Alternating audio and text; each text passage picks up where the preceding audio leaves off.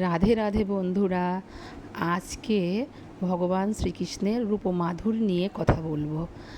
ভগবান শ্রীকৃষ্ণ যার সমান কিংবা যার থেকে অধিক কেউ নেই, এরকম মাধুর্য তরঙ্গময় অমৃত সমুদ্র যিনি, সেই নন্দনন্দন শ্রীকৃষ্ণের রূপ স্থাবর জঙ্গম সমস্ত জীবের উল্লাস বর্ধন করে। সেই নন্দনন্দনই জীবের পরম ধ্যানের বস্তু।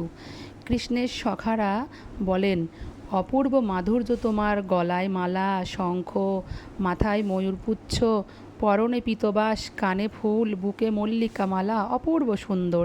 এই সুন্দর স্বরূপে তুমি যখন আমাদের সঙ্গে লড়াই করার অভিনয় করো, তখন আমরা অন্তহীন দিব্য আনন্দ অনুভব করি। গোষ্ঠে গিয়ে একদিন সরোবরে শ্রীকৃষ্ণ জলপান করতে গিয়ে জলমধ্যে নিজ প্রতিবিম্ব দর্শন করে সেখানে মূর্ছিত হয়ে পড়েন। সখারা তাকে সুস্থ করার পর প্রশ্ন করলেন, কৃষ্ণ তোমার কি হয়েছে? কৃষ্ণ বললেন, এই জলের ভিতরে এক সুন্দর রূপ দেখে আমার মাথা ঘুরে যায়, সেই রূপ তো তুমিই। এই বলে সখারা হাস্য করলেন এবং শ্রীকৃষ্ণকে আলিঙ্গন করলেন। এই থেকে বোঝা যায় যে শ্রীকৃষ্ণের রূপ মাধুরী কত সুন্দর, যা নিজেই নিজেকে দেখে মূর্ছিত হয়ে পড়ে।